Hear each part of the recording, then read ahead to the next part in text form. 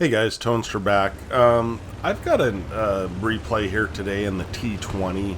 This is actually me playing, and it's a little bit older replay, so it may not work correctly. But at any rate, my son had an account, and he just never really played it, and so there's a program that you can add somebody as your commander, and then you get a bunch of like premium time and some other great stuff, and then if you finish the grind, then your commander gets a free tier 8 premium, one of which is the T54 mod 1, and I 3-marked the T54 mod 1 on my brother's account, so I'd kind of like to get that on my main account. So this account is called Big Gun Will Travel. It's like I said, it's my son's account, and this is the highest tier tank that I actually have on this account, which is the T20, which is a tier 7 American. It's got a 240 alpha gun. The DPM isn't great, but it's okay, and the gun has 160 pen. With gold, it's got 243, which is insane on a tier 7 medium. And we are on the map Studzianski, and we are middle tier here. So one thing you'll notice, it's got 1100 hit points. It also has a decent power to weight ratio, so it can get around the map and stuff. But one thing I've noticed is that nobody is going to the JK line, and this thing has no armor, so you really can't take it anywhere except as a support tank. So that's what we're going to do. Our Lynx is creating an opportunity for us to get some free shots, and so we're going to go ahead and do that. And as you can see, this thing hits pretty good for a tier 7. You know, it's not bad at all. So one thing I will say, I don't have good crews in these because I forgot how long it takes to actually get a decent crew. And so as we're shooting at various guys, the other thing is I'm not really firing hardly any gold out of this. I really try not to, because the economy is really rough. If you don't have a premium account and you're grinding tanks and you fire much gold, you're going to start losing credits. And if you lose credits, you're really in trouble, because losing credits then means you can't buy the next tank. So I don't fire a lot of gold, only because I'm trying not to spend all those credits. Although I think in some cases I would do better to fire a little bit of gold, as we're just bushing up, and we're just using bush mechanics, right? I mean, that's it. So this crew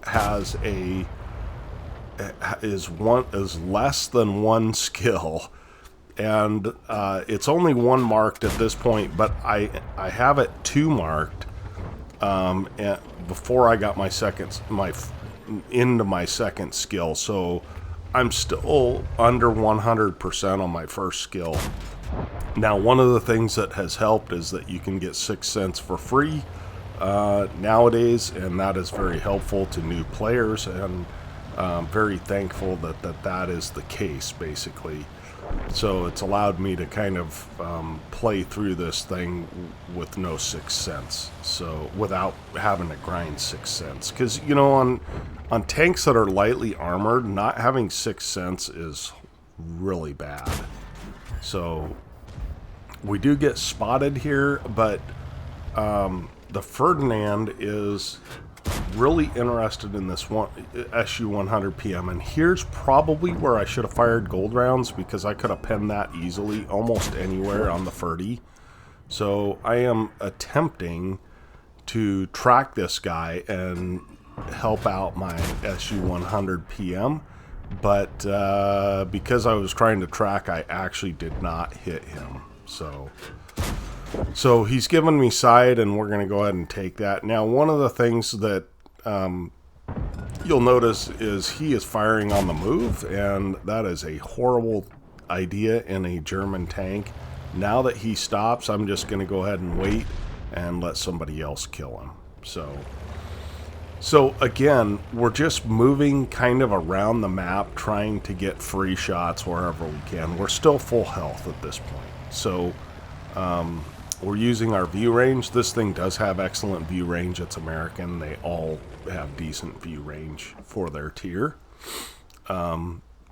You can see that the aim time is not fantastic. I do have vert stabs, I've got a gun rammer, and I've got optics on this. So it's just a very standard build for this thing. And obviously I'm not running food because that would cost a lot.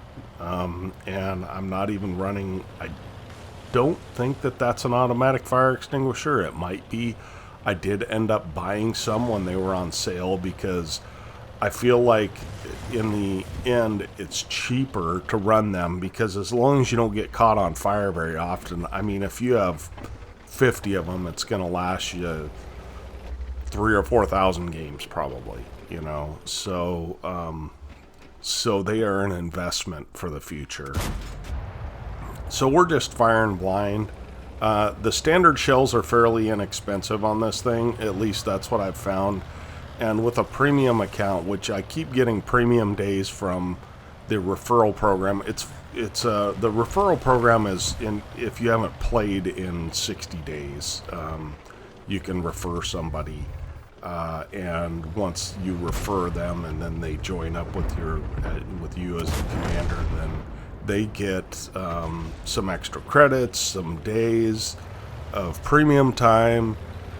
They'll eventually get a tier 6 premium, which is great. I'm banking on the T3485M because I think that's probably, you get a tier 6, and I think that's probably the strongest one. So at any rate, 2,400 damage. We're not doing too bad here, and we're just trying to find the people that we can get free shots on, because again, this thing is it's got no armor, and you know, they've got a T832, they've got a Progetto 46. Now Progetto 46 is a very dangerous tank to us because it can take 3/4 of our hit points in one magazine. So, and as you can see, the reload's like just over 8 seconds, which is, you know, it's not terrible. And here, again, I think that using gold rounds might have been the best route. But nevertheless, we're going to try and do what we can against this T832. See that now there, we could have definitely gotten we're red on the reticle, and we've missed like 3 shots. Now if we had fired a gold round, we probably would have penned him and made credits on that. So, but we are eventually able to finish that guy off. So I could have potentially gotten some more damage, and that's the conundrum, right? When you're playing on kind of a free-to-play account and you don't really want to spam any gold, I could have probably had 4 or 5 more shots of damage. Now, would that have reduced my income? Maybe, unless I actually penned my shots. So who knows? So we pick up some assists there. So we're up to 3,000 damage and 700, almost 800 assist, which is a great game in a tank like this. The T20 is not that hard to mark. If you just play careful, use your view range and hide, and you know, not necessarily hide, but play in good positions, but in positions where you can use range and duck into cover, generally you're going to do pretty well in this thing. So that is the end of the game. Let's take a quick look at the after action report on this. Okay, here we are at the after action. Of course, we got an Ace Tanker and a Levishlios, which is killing 2 tanks or tank destroyers that are 8 tier higher, which is always great. And then a Confederate. We ended up with 3,066 damage, 4 kills, 1,300 base XP. We were top by damage and also top by experience.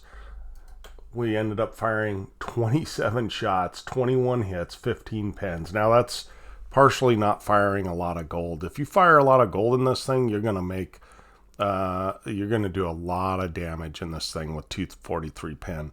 We also did 784 assist, and because we got the Confederate, means we damaged 11 vehicles out of the 15. That's really great. And we ended up with 62,000 credits. That's from not firing very much gold. But we fired 27 shots, so you can see that the ammo is not very expensive. And it was on a double or something. Anyway, we got 2,952 experience for our team, and we also got a bunch of free experience. So great example of playing lightly armored tank in a way that you can do damage. Now, not every game's going to look like this. Many games are not going to look like this because of the 15-5 simulator. But we got a little bit lucky here, and we're able to get an Ace Tanker. I wish everybody a Merry Christmas and a Happy New Year. Hope you guys are having a good holiday season, and we hope to catch you next time. Tonester out.